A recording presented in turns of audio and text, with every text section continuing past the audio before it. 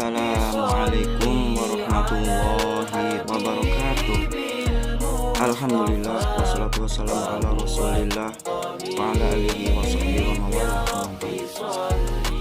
Selamat malam, salam santun kepada semua teman-teman, saudara, sahabat, dan juga para pemirsa yang selalu setia di channel saya ini dalam sambungan pembahasan ilmu tasawuf, jati diri, dan spiritual.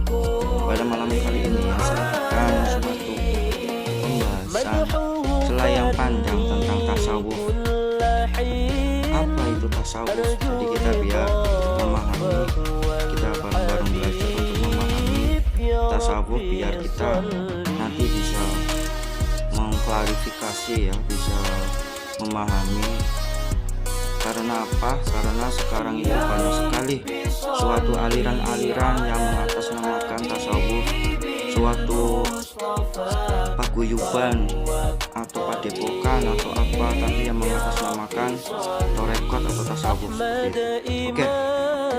Tasawuf itu adalah suatu cabang ilmu dari suatu pembahasan bidang ihsan. Sebagaimana ihsan sendiri adalah suatu keutuhan, kesempurnaan yang kafah dalam arkanuddinul Islam. Bahwa arkanuddinul Islam itu adalah rukunnya agama Islam, dalam kekafahannya itu terdiri dari 3 bagian, mahwa, iman, Islam, ihsan. Saya pernah membahas tentang bab itu, silakan dibuka kembali video-video saya yang sebelumnya. Iman itu adalah membahas tentang bagaimana cara kita mengetahui tentang Allah. Maka ilmunya itu ada ilmu tentang akidah atau aqaid, ya, ada tentang usuluddin, ada tentang bab keimanan di situ di dalamnya. Selanjutnya Islam. Islam itu di dalamnya itu membahas tentang tata aturan peribadatan, tata aturan peribadatan kita untuk menyembah kepada Allah. Aturannya bagaimana? Maka ilmunya itu nanti akan membahas tentang bab fikih, berbagai macam madhab nantinya. Di dalam fikihnya itu ada nanti ilmu usul fikih, ilmu Al-Quran, ilmu hadis, ilmu sunnah, ilmu ijma, ilmu qiyas, ilmu murad, dan metode-metode cara pengambilan hukum Islam yang lain-lainnya. Itu bab Islam. Sedangkan satu lagi dalam arkanuddin Islam yang kafah itu satunya adalah bab ihsan. Ihsan itu sendiri kan didefinisikan itu anta budallah ka'annaka tarahu fa illam takun tarahu fa innahu yaraka. Beribadalah engkau seakan-akan engkau melihat Allah, dengan keyakinan hati melihat Allah. Apabila tidak demikian, tidak bisa demikian, maka yakinkan bahwa Allah itu melihat kita. Otomatis Allah Maha Suci, sedangkan manusia itu banyak sekali kekotoran hawa nafsunya. Maka bab ihsan ini maka digali bagaimana caranya agar kita bisa memperoleh suatu makom, bisa meyakini dan melihat Allah dengan pandangan basyirah, mata batinnya, mata ruhaniannya. Maka disinilah ilmu tasawuf. Maka ilmu tasawuf adalah ilmu untuk membersihkan jiwa kita dari hawa nafsu diri kita, dari hawa nafsu yang belum diridhoi oleh Allah, dari hawa nafsu yang belum tenang, yaitu nafsu apa? Nafsu lawamah, nafsu mulhimah, nafsu amarah. Dan pula nafsu-nafsu yang sudah terkendali pun barangkali masih terbesit sesuatu nafsu yang belum tenang atau belum meningkat dan mendapatkan ridho dari Allah dan saling ridho meridhoi. Maka disinilah ilmu tasawuf. Sebagaimana dalam Al-Quran, qad aflaha man zakkaha wa qad khaba man dassaha. Beruntunglah orang yang mensucikan diri dan merugilah orang yang mengotori jiwanya atau dirinya. Pun pula dijelaskan dalam surat Al-A'la ayat 14 itu kan, qad aflaha man tazakka wa dzakara isma rabbih fasalla. Sungguh beruntunglah orang yang mensucikan jiwanya, yaitu dengan selalu mengingat kepada kepada Tuhannya Allah, maka selanjutnya dengan sholat. Maka dari sholat itu ada sholat daim, ada sholat syariat atau sholat maktubah, ada sholat sunnah nafilah, ada sholat sunnah tawatu nafilah atau sunnah tambahan manzubah, itu yang lainnya yang sudah ditentukan. Pun pula ada sholat wusta. Situ intinya semuanya itu adalah dalam rangka wadakaros marobbihi, ingat kepada Allah gitu. Lalu niat tujuan tasawuf itu apa? Biar kita paham ya, jangan sampai kita masih bimbang, masih terpengaruh oleh lingkungan atau oleh sesuatu ajakan yang takutnya tidak sesuai dengan harapan hati nurani kita yang mencari suatu keselamatan, kebahagiaan dunia akhirat, keselamatan jiwa ruh kita, sehingga kita tersesat atau terbujuk oleh suatu aliran-aliran, paham-paham, golongan-golongan yang mengatasnamakan tasawuf atau torekot atau suatu ajaran Islam dan yang lain-lainnya. Tujuan tasawuf itu apa? Tujuannya itu adalah lillahi ta'ala atau lirlidallahi ta'ala, untuk mencari ridho Allah. Sebagaimana sering kita mendengar ya, ilahi anta maksudi waridhoka matlubi, hanya kepada Allah ku niatkan segala ibadahku, dan hanya untuk mencari ridho Allah. Hanya untuk Allah, hanya untuk mencari ridho Allah, mencari Allah agar Allah itu senang dengan keberadaan kita, dengan Allah menciptakan kita memperoleh kesenangan, disenangi oleh Allah. Itu tujuannya, niatnya dan cita-citanya. Jadi niat sama cita-cita beda ya. Niat sama cita-cita itu beda. Kalau cita-cita itu adalah suatu harapan, visi utama, karunia. Karunia apa cita-citanya? Yaitu mahabbah wa ma'rifatah, mahabbatillah wa ma'rifatillah, agar kita bisa mencintai Allah, Allah mencintai kita, agar kita bisa mengenal Allah, agar kita bisa mengenal Allah. A'tini mahabbataka wa ma'rifataka wa a'tini ma'aka abadan. A'tini itu apa? Ya Allah, berilah kami itu karunia, kemampuan, karena mahabbah dan ma'rifah itu tidak bisa hanya kemampuan kita, itu karena dengan karunia Allah, pemberian Allah. Tidak bisa kita mengenal Allah kecuali dikenalkan Allah ya, seperti itu. Terus bagaimana caranya? Makanya caranya itu adalah toreko itu adalah jalan, metode. Maka dalam suatu usaha di dunia ini, agar kita kembali itu bukan nanti di akhirat.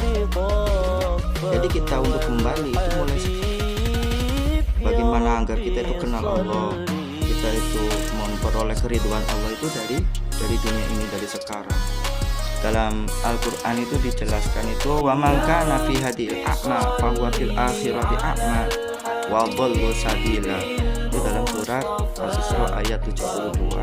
Siapa orangnya yang di dalam dunia itu buta dalam hari itu tidak mengenal Allah, maka di akhirat pun akan tidak mengenal Allah, dan wa adhallu sabila, maka akan tersesat jalannya selama-lamanya. Maka dari itu kita harus bisa memahami caranya tasawuf itu adalah torekot ya. Torekot itu adalah jalan atau metode, jalan khusus. Makanya dalam Al-Quran itu jelaskan wa an lawistaqamu ala tariqah la asqainahum ma'an ghadaqah.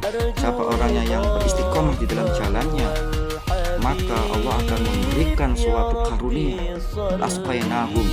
Maka dalam jalannya itu, dalam keistiqomahannya itu, maka Allah akan memberikan karunia ma'an ghadaqah, karunia yang sangat menyegarkan atau sangat suatu berfaedah, berberkah, barokah. Ma'an ghadaqah itu adalah air yang sangat menyegarkan, air yang mengalir, karunia yang sangat mengalir. Tuh. Itu adalah caranya. Makanya di dalam torekot nanti ada suatu tasawuf ilmi, ada tasawuf amali, ada tasawuf zauki gitu. Terus perlu ada bimbingan di dalam tasawuf itu. Bimbingan ya. Bimbingannya itu apa? Guru yang sudah mengetahui perjalanannya dari alam dunia, alam mulki, sampai naik lagi ke alam alam malakut, naik lagi ke alam jabarut, sampai ke alam lahut, alam kudsiyah, alam suci, alam dimana awal kita diciptakan oleh Allah dan sudah makrifat menyatakan persyahadatannya kepada Allah. Bagaimana dalam firman-Nya, alastu birabbikum qalu bala syahidna, apakah aku ini Tuhan kamu? Kata Allahnya kepada para ruh yang ada di situ dalam pancaran Nur Muhammad mengatakan qalu bala syahidna, saya betul engkaulah, saya menyaksikan engkaulah Tuhan kami. Tapi kenapa setelah di dunia ini banyak sekali yang tidak mengenalnya, yang tidak mengenal tahu jalan pulangnya? Maka dari sini para nabi dan para rasul dan para pewaris-pewarisnya mengajarkan tentang ilmu ini, menyampaikan estafet dengan ilmu ini, yaitu tentang ilmu kekafahan atau keutuhan dalam keislaman. Nah, dalam ilmu hasanah tasawuf itu ada di dalamnya itu amalannya itu adalah tentang suluk ya. Orangnya yang melakukan, yang menjalankan itu namanya salik, gurunya namanya mursid. Nah, amalan itu suluk itu terdiri macamnya apa saja, tiada lain tiada bukan secara keutuhan itu namanya zikrullah, ingat kepada Allah. Makanya al-zikrullah la yufidu faidatan tamatan illa bitalqin. Kita mengamalkan zikir tidak akan memperoleh keutamaan yang sempurna kecuali talqin zikir. Lakinu mautakum biqauli la ilaha illallah. Maka yakinkanlah kepada yang akan mati, ya kita semua itu akan mati, bukan berarti menunggu sakaratul maut saja, tapi kita harus ditalkinkan, diingatkan agar kita untuk kembali pulang kepada Allah Subhanahu wa taala dengan yang ahlinya. Fas'alu ahlan dzikri in kuntum la ta'lamun. Tanyalah kepada yang ahlinya apabila kamu tidak tahu. Ahli di sini itu adalah mursyid yang sudah ruhnya itu suci, sudah bersih, sudah sampai kepada Allah, kembali kepada Allah, dan akan mengantarkan para manusia yang lalai-lalai seperti kita ini. Maka amalannya itu zikrullah. Terus apalagi istighosah, apalagi khotamah atau manakiban. Jadi memperoleh, mengharap keberkahan dari para aulia Allah. Manakib terutama pada manakib Sultanul Aulia Syekh Maulana Muhyiddin Abdul Qadir Al-Jilani ya. Dan adapun manakib yang lainnya itu mengambil keberkahan dari aulia Allah. Ada riyadho yang lain, dan dalam riyadho itu pentahapannya ada mujahadah, ada muhasabah, ada muqarrabah, ada muraqabah, lanjutnya mukasyafah. Apa itu mujahadah? Kita berjuang. Waman jahada fa innama yujahidu li nafsi. Siapa orang yang berjuang itu sebenarnya untuk berjuang pada diri kita sendiri. Itu mujahadah. Jadi kita melawan hawa nafsu kita, memperbaiki diri kita dengan zikrullah, dengan memperbaiki keadaan-keadaan, tabiat, akhlak-akhlak, baik akhlak kepada Allah, akhlak kepada sesama manusia dan alam semesta tentunya. Itu muhasabah itu menghitung diri sendiri. Terus muqarrabah, mendekatkan diri kepada Allah. Terus muraqabah itu menitik, memfokuskan hanya kepada Allah. Setelah itu baru mukasyafah. Maka di sini pun mukasyafah terbagi menjadi 4. Mukasyafah nafsiyah, mukasyafah ghaibiyah, mukasyafah karomatillah atau sultaniyah, dan mukasyafah ma'rifatillah atau robbaniyah. Tuh, nanti saya akan menjelaskan satu persatunya di lain pembahasan. Selanjutnya, dalam hasanah tasawuf itu ada tasawuf ilmi, ada tasawuf amali, ada tasawuf zauqi. Tasawuf ilmi itu adalah tasawuf yang berkaitan dengan keilmuan, teori-teori, perumusan, pendapat-pendapat dari ahli-ahli tasawuf, ahli-ahli sufi atau para aulia Allah. Makanya kita jangan terlalu berkecimpung di dalamnya, jangan terlalu terlena di dalamnya. Walaupun suatu amal harus berdasarkan dengan ilmu, tapi jangan kita berhenti di keilmuan saja. Gara-gara kita berbeda pendapat, gara-gara kita berbeda teori, saling salah menyalahkan, itu kan bukan harapan dari ilmu tasawuf, dari ilmu tarekat. Apa keegoan kita itu merendahkan atau menyalahkan yang lain, gara-gara dalam terlena dalam tataran ilmi, ya, dalam tataran ilmu. Selanjutnya ilmu amali. Makanya sebenarnya ilmu tasawuf atau tarekat itu adalah suatu pengaplikasian perbuatan, suatu amalan yang dikerjakan, diselami, bukan hanya sebatas teori atau kajian-kajian. Jadi jangan kita terlena dalam ilmu tasawuf yang sifatnya kajian, walaupun memang perlu, butuh, dan harus, tapi jangan terlalu terlena di situ. Karena guru kita pun mengajarkan bahwa segala amal ibadah itu harus berdasarkan dengan ilmu.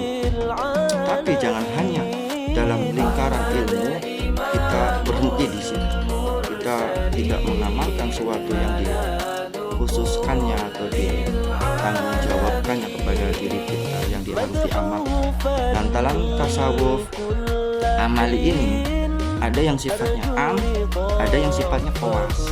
Sifatnya am itu yang pada umumnya manusia awam biasa untuk memperbaiki diri sendiri, untuk melakukan suatu perubahan yang dari tadinya belum baik menjadi baik, belum rajin menjadi rajin, belum sabaran menjadi sabaran, ya. Tuh, jadi tasawuf am tanpa bimbingan guru mursyid. Tuh, biasanya seperti itu. Terus tasawuf amali bil khawas. Tasawuf amali bil khawas itu adalah tasawuf yang mendapatkan bimbingan daripada guru mursyid yang berada dalam suatu torekot tertentu. Bisa torekot Qadiriyah, bisa torekot Naqsabandiyah atau Qadiriyah Naqsabandiyah, Khalidiyah, ya. Bisa torekot Mijaniyah, bisa torekot, ya macam-macam torekot yang lainnya, banyak sekali. Saya nggak bisa menyebutkan satu persatunya. Tuh, karena di dalam kita belajar tasawuf perlu guru pembimbing. Makanya di sini torekot amali bil khawas khusus dengan bimbingan guru mursyid. Selanjutnya adalah tasawuf zauqi. Tasawuf zauqi itu adalah tasawuf yang di dalam sudah merasakan suatu pahit dan manisnya suatu amalan dan kebenarannya. Makanya ada yang bisa diungkapkan, disampaikan kepada yang lain, ada yang dirahasiakan karena hanya untuk pengalaman diri sendiri. Makanya para aulia Allah itu yang sifatnya rahasia itu tidak boleh diungkapkan karena itu adalah aib, seperti itu. Dan pula dalam belajar tasawuf itu tidak lepas dengan ilmu-ilmu laduni. Sebagaimana kita nggak boleh mengklaim suatu kebenaran, ya. Sangat bijaksana, sangat memandang suatu berbagai macam arah. Kenapa? Karena kalau belajar tasawuf itu yang perlu diperhatikan itu adalah jangan sampai kita menyakiti perasaan orang lain. Dalam dunia tasawuf itu sumber daripada ilmu laduninya itu adalah kebersihan hati, ketakdiman kepada guru mursyid. Sumber dari kebersihan hati itu memperjuangkan melawan hawa nafsu kita. Bagaimana di dalam surat Al-Alaq, ya, yang berbunyi seperti ini: Bismillahirrahmanirrahim. alladzi 'allama bil qalam 'allamal insana ma lam ya'lam, yaitu alladzi 'allama bil qalam, yaitu yang mengajarkan dengan qalam, 'allamal insana ma lam ya'lam, yang mengajarkan manusia dari tidak tahu menjadi tahu. Qalam di sini itu adalah guru musik yang mengajarkan kepada murid-muridnya, ikhwan-ikhwannya, ya, para salik-saliknya, agar diberikan suatu pengetahuan ma'rifatullah dalam perjalanannya, sehingga dari yang tidak tahu bisa menjadi tahu. Seperti itu, jangan diperdebatkan masalah teori-teori itu, jangan diperdebatkan. Kalau pendapat kita tidak diterima ya biar begitu. Pun pula jangan menyalahkan pendapat-pendapat ajaran atau teori-teori tersebut orang lain. Cuma berpesan jangan hanya likupannya di khasanah tentang ilmi saja, tentang teori saja, sehingga kita lupa dengan amalan kita, sehingga kita timbul rasa membanggakan diri, membenarkan diri, dan menyalahkan orang lain. Nantinya seperti itu. Pun pula di dalam doa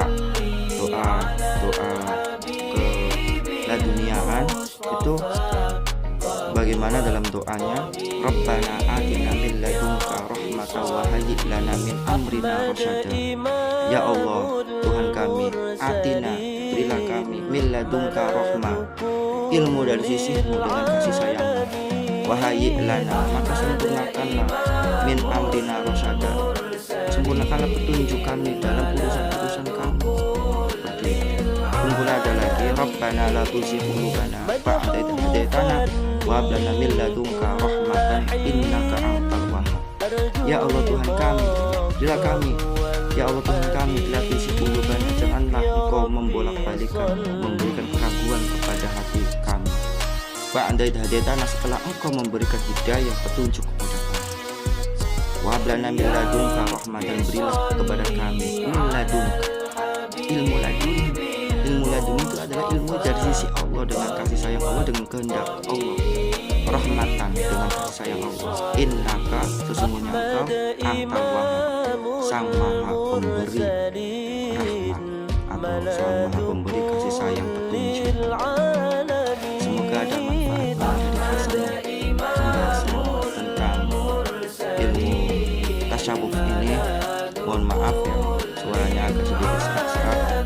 Semoga kita semua diberikan kesehatan semuanya dan manfaat, segala kekurangannya mohon maaf, namanya manusia ada kekurangannya. Wal afu minkum. Wassalamualaikum warahmatullahi wabarakatuh.